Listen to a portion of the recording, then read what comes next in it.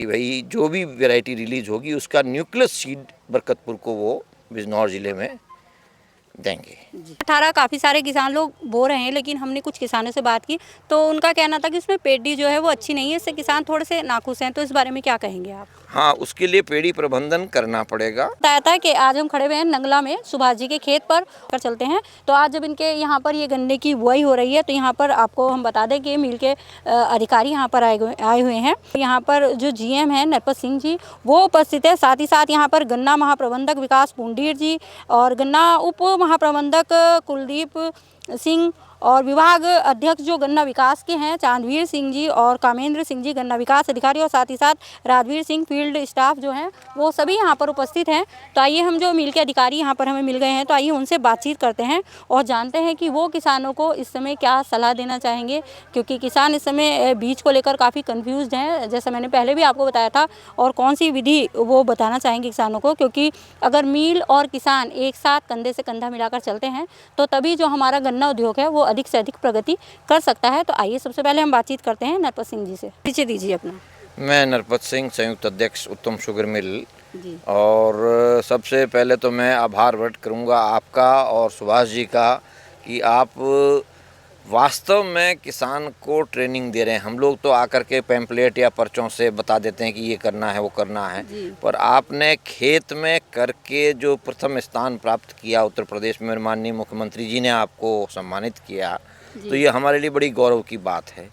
और जो गन्ने में कृषण क्रियाएं हैं उन सभी कृषण क्रियाओं को आप गहरी जुताई से लेकर के, खेत की तैयारी से लेकर के, खाद की, गन्ने के बीज के सिलेक्शन की, कि ऐसे ही नहीं कि कोई बीज डाल दिया, बीज का उपचार करके और फिर उसके बाद में उसकी रखरखाव का जो कार्य कर रहे हैं, उसके लिए हम बहुत आभारी कि इससे इस क्षेत्र में जो दूरी पर डिस्टेंस प्लांटिंग जिसको कहते हैं, वो डिस्टेंस प्लांटिंग से कल्ले अच्छे फूट रहे हैं, उपज अच्छी हो रही है।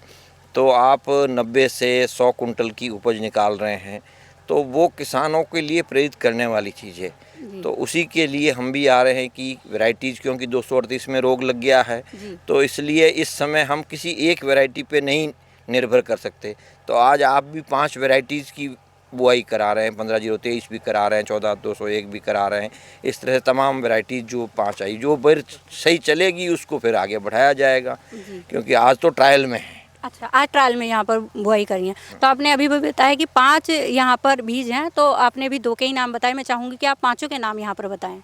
17-235 है, 16-201 जो प्रधानमंत्री जी ने रिलीज की है, और 14-201, 16-202, 17-231, 15-023, 118। हाँ, यस। 118 काफ़ी सारे किसान लोग बो रहे हैं, लेकिन हमने कुछ किसानों से बात की तो उनका कहना था कि उसमें पेडी जो है वो अच्छी नहीं है, इससे किसान थोड़े से नाखुश हैं। तो इस बारे में क्या कहेंगे आप? हाँ, उसके लिए पेड़ी प्रबंधन करना पड़ेगा। पेड़ी के लिए देखिए, कोई भी नई वैरायटी आती है थोड़े दिनों में वो उस एरिया से कॉम्पटस होती है। जैसे 238 भी आई थी तो उसमें पहले अगोला नहीं था, फिर बाद में उसमें अगोला हुआ। जैसे 15-023 है, पहले मुलायम थी। इस बार जो न्यूक्लियस सीड आया जो आपके खेत पे आज बोया जा रहा है वो करनाल से बीज आया है न्यूक्लियस सीड, तो उसमें हार्डनेस है तो अब वो नुकसान नहीं होगा, गिदड़ों वाला या नुकसान नहीं होगा। तो हर वैरायटी 2 या 3 साल में अपना बिहेवियर उस एरिया के हिसाब से भी चेंज करती है।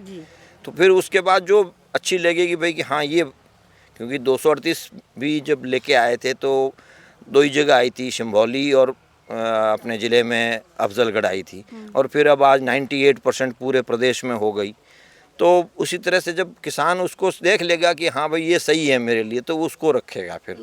लेकिन अभी किसान फिलहाल इसलिए परेशान है कि बीज की उपलब्धता इतनी नहीं हो पा रही है, तो इसका क्या कि उसके लिए तो न्यूक्लियस सीड से तैयार करना पड़ेगा। जैसे 15-023 का बीज हमें 2 कुंटल मिला था और आज 2 कुंटल से हम करीब 216 हेक्टेयर में बीज तैयार कर चुके हैं।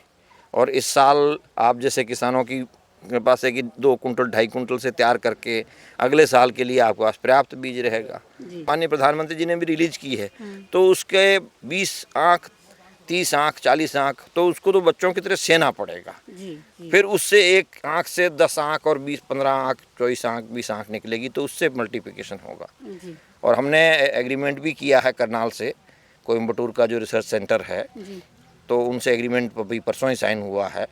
तो कि भाई जो भी वैरायटी रिलीज होगी उसका न्यूक्लियस सीड बरकतपुर को वो बिजनौर ज़िले में देंगे। जी।